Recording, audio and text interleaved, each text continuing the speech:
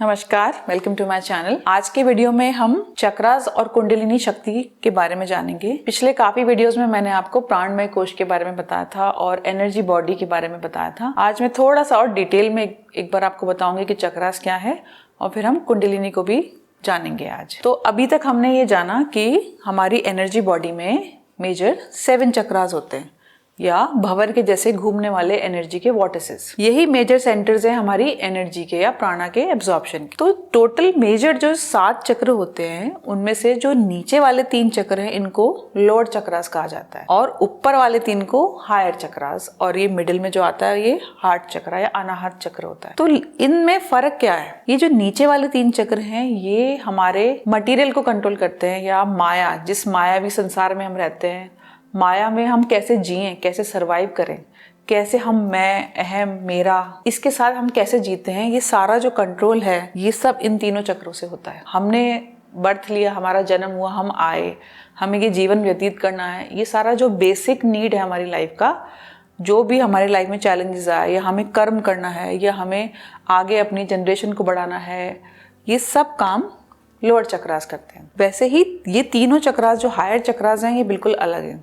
ये तीनों चक्र हायर रेलम या ऊपर के लोकों से कनेक्टेड हैं। तो ये हमें गाइडेंस देते हैं, ये स्पिरिट से कनेक्टेड हैं, ये प्रभु से कनेक्टेड हैं, ये दैवीय शक्तियों से कनेक्टेड हैं। तो वो सारी हायर एनर्जीज हमें इनसे मिलती हैं। और जो मिडिल में जो चक्र है वो है अनाहत या हार्ट चक्र। तो हार्ट चक्र से हम संसार के दूसरे ह्यूमन बीइंग्स या दूसरे लोगों से कनेक्ट करते हैं। जो हमारा कनेक्शन पृथ्वी पर है वो हार्ट चक्र से है। तो मेजरली ये ऊपर के चक्र हो गए, ये नीचे के चक्र हम बोलते हैं और ये हम हृदय चक्र बोलते हैं। चक्रों के अलावा हमने पहले भी जाना था कि शिव शक्ति 2 एनर्जीज हैं, भगवान शिव की और शक्ति माँ शक्ति की, जो हमें कंट्रोल करती हैं।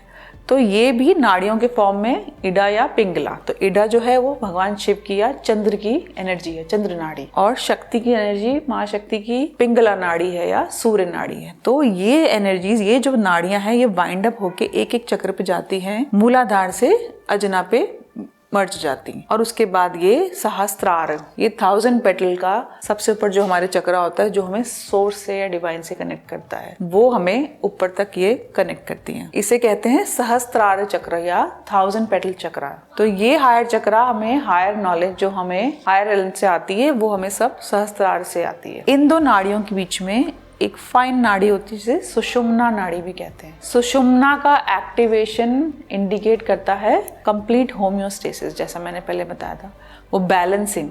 और एनलाइटमेंट भी तभी होता है या ज्ञान की प्राप्ति भी तभी होती है जब आप सुषुम्ना को एक्टिवेट कर देते हो। मूलाधार और बेस चक्र में ही एक शक्ति होती है कुंडलिनी शक्ति, जो मैं भी आपको और बताऊंगी, वो भी सुषुम्ना के थ्रू ही सहस्त्रार तक जाती है। तो ये 7 चक्र हमारी बॉडी में, जैसे मैंने बताया था, ये तो ऑटोनॉमिक नर्वस सिस्टम है नाड़ियां। 7 चक्र क्या है? एंडोक्राइन ग्लैंड्स है। वो ग्लैंड्स या वो ग्रंथि बॉडी के अंदर जो कुछ केमिकल सीक्रेट करती है, उस केमिकल को हम बोलते हैं हार्मोन। तो जब ये केमिकल सीक्रेट होते हैं बॉडी के अंदर, हार्मोन सीक्रेट होते हैं अपने आप, सेल्फ रेगुलेटरी, जैसा हमने जाना था। तो जब वो हार्मोन सीक्रेट होते हैं तो बॉडी में केमिकल चेंजेस होते हैं अपने आप, तो एनर्जी चेंजेस भी होते हैं। तो ये दोनों आपस में कनेक्ट होके दोनों बॉडीज में ये हमारी बॉडी का मेटाबॉलिज्म या फंक्शनिंग चलती रहती है। तो जैसे मूलाधार के लिए एड्रिनल ग्लैंड्स जो होते हैं वो सिग्निफाई करते हैं मूलाधार को। एड्रिनल ग्लैंड्स एड्रिनलिन या एपिनेफ्रिन या नॉर एड्रिनलिन हार्मोन सीक्रेट करते हैं, उससे हमारी बॉडी का flight and fight response and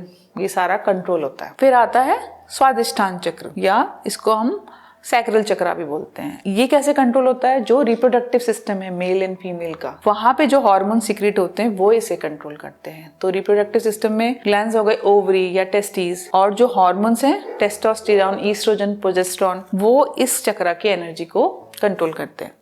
फिर मणिपुर चक्रा, मणिपुर चक्रा के अंदर कौन सा ग्लैंड आता है? पैनक्रियास। और पैनक्रियास सीक्रेट करते हैं इंसुलिन और ग्लूकागॉन। तो इंसुलिन और ग्लूकागॉन हमारे ग्लूकोज मेटाबॉलिज्म या एनर्जी लेवल को कंट्रोल करते हैं बॉडी की, कि हमारे में कितनी एनर्जी है कितनी नहीं है। तो वो मणिपुर चक्रा करेगा या सोलर प्लेक्सस। फिर अनाहता हार्ट चक्र, तो इसके अंदर हमारा फिजिकल हार्ट आता है, प्लस एक ग्लैंड होता है थाइमस ग्लैंड जो हार्मोन सीक्रेट करता है थाइमोपोइटिन, उसके रिलीज से अनाहता चक्र मैनेज होता है। देन विशुद्धि या विशुद्ध चक्र, ये हमारा थ्रोट में होता है। तो एंडोक्राइन ग्लैंड्स हैं, थायराइड और पैराथायराइड ग्लैंड, ये सीक्रेट करते हैं T3 T4 थायरॉक्सिन, तो ये हमारे मेटाबॉलिज्म को कंट्रोल करते हैं। फिर आता है अजना चक्र और द थर्ड आई। अजना चक्र पीनियल ग्लैंड को सिग्निफाई करता है जो मेलेटोनिन सिक्रीट करता है, और मेलेटोनिन से हमारी बॉडी की एक साइकिल, एक rhythm, night sleep cycle manage होती है। उसके बाद सबसे हायर लेवल पे है सहस्त्रार चक्र या पिट्यूटरी ग्लैंड सिग्निफाई करता है। पिट्यूटरी ग्लैंड इन सब ग्लैंड्स को कंट्रोल करने के लिए स्टिमुलेटिंग हार्मोन सिक्रीट करता है,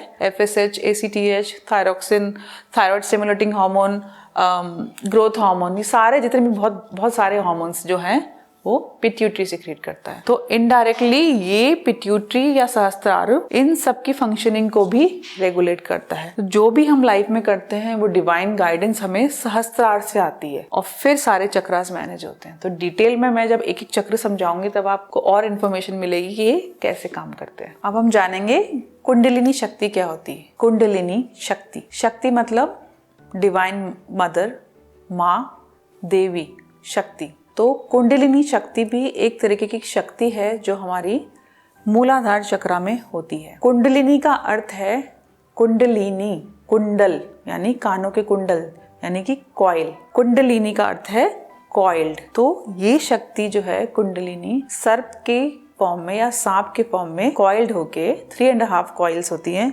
कॉइल्ड होके डॉर्मेंट या इनएक्टिव मूलाधार चक्र में एक स्लीपिंग स्टेट में होती है, सोती है वो एनर्जी। मैक्सिमम लोग पैदा होते हैं, मर जाते हैं, उनके लिए वो कभी जागरूक नहीं होती, उसको वो कभी जागरूक नहीं कर पाते। 95% of people in the world. बहुत ही कम स्पिरिचुअल लोग जो हैं उन्हीं की ये शक्ति जागरूक होती है। कुछ लोग गुरु के अंडर इसे जागरूक करवाते हैं, कुछ की ये अपने आप जागरूक होती है। जब दशा, महादशा, अंतरदशा आती है तो वो खुद जागरूक हो जाती है क्योंकि उनका एक डिवाइन पर्पस है। तो ये एनर्जी जो है कुंडलिनी, कुंडली मार के, जैसे हम बोलते हैं ना सर्प कुंडली मार के बैठा है, तो वैसे ही कुंडली मार के ये एनर्जी बैठी है। लेकिन इस एनर्जी की शेप एक सर्प के जैसी है, सांप के जैसी है। तो अगर आपने भगवान शिव को देखा है तो उनके नेक में हमेशा एक सर्प लिपटा हुआ रहता है। सर्प का नाम है वासुकी। तो वासुकी जिस प्रकार भगवान शिव के नेक पे कुंडली मार के लटका रहता है, वैसे ही कुंडलिनी शक्ति, माँ कुंडलिनी मूलाधार में कॉइल होके रहती है। वासुकी जो सर्प है वो भगवान शिव महादेव को बहुत प्रिय है, बेसिकली उनका काउंटर पार्ट है, वो एक शक्ति की सिग्निफिकेंस है उसको। वैसे ही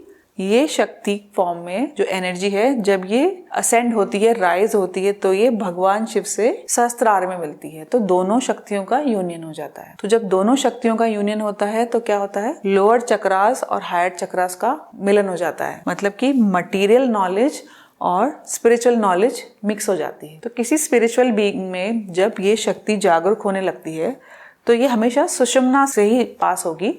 तो जैसे सुषुम्ना से पास होती है तो एक एक चक्र को कंप्लीटली जागृत, मतलब कंप्लीटली वाइटल, फुल फॉर्म में उसकी एनर्जी को बढ़ा देती है, पूरा खोल देती है उसे। तो हर एक चक्र खुलता चला जाता है, दोनों नाड़ियां प्लस सुषुम्ना एक्टिव होती जाती है और ये सब कुछ फाइनली जाके सहस्त्रार में मिलता है। तो इंसान की एनर्जी बॉडी 100% खुल जाती है, इंसान जागरूक हो जाता है। अभी तक तो वो सिर्फ मटेरियल में ही जी रहा था, दुनिया के बारे में ही जानता था, अब उसको हायर नॉलेज भी मिल गई, तो दोनों नॉलेज कनेक्ट हो गई। तो वो इंसान रियलाइज्ड हो गया, यानी उसको ये पता चल गया कि वो यहाँ क्यों आया है या उसका पर्पस क्या है, वो कौन है। जागरूक हो जाना, एनलाइटमेंट, अवेकन्ड हो जाना, वो सब कुंडलिनी के जागरण से होता है। तो ये शक्ति है और ये सीट है भगवान शिव की, दोनों का मिलन हो जाता है शिव और शक्ति का। तो ये लाइट बॉडी या सटल एनर्जी बॉडी हमारी कंप्लीटली एक्टिव हो जाती है। ग्रीक माइथोलॉजी में एक सिंबल है कैडुसियस, जो डॉक्टर्स यूज करते हैं। उसमें भी एक रॉड है, उसके अराउंड 2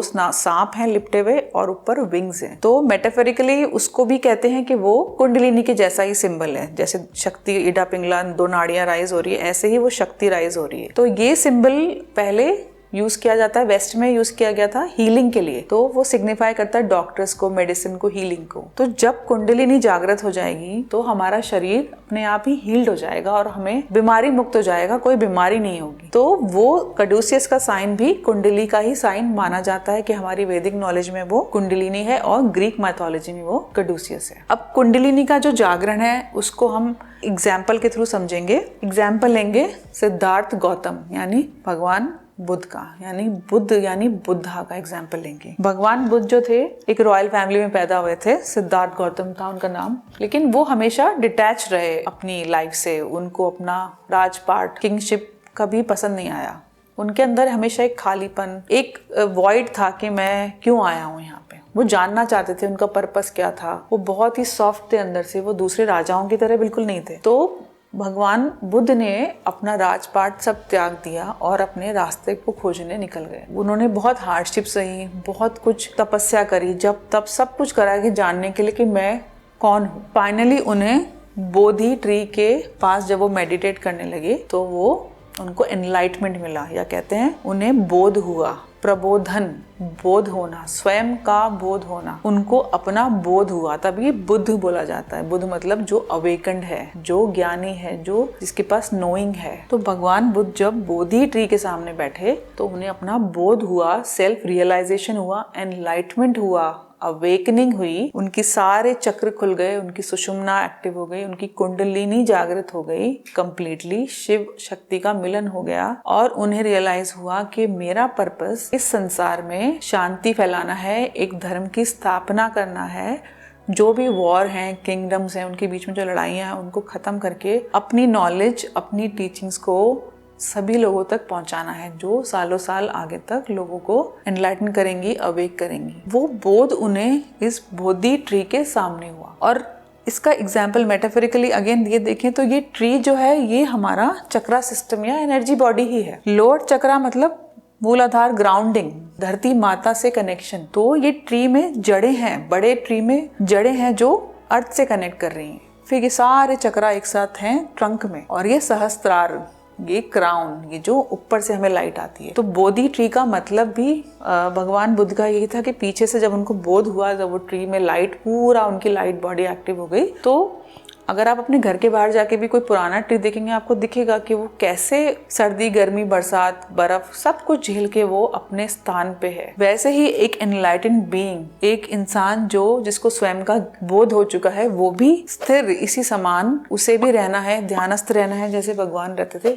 उसे ये बाहर की चीज़ों से ज़्यादा अफेक्ट नहीं होना है, उसे भी अपने आप को ऐसे ही रखना है। तो जब कुंडलिनी जागृत होगी, आपकी लाइट बॉडी एक्टिव होगी और आपको एनलाइटमेंट होगा या रियलाइजेशन होगा। तो आज की वीडियो में मैंने एक ब्रीफ आपको इन्फॉर्मेशन दी चक्रास के बारे में और एनलाइटमेंट के बारे में, कुंडलिनी शक्ति के बारे में। अगर आपको मेरा ये वीडियो पसंद आया, please like, share and subscribe. Thank you.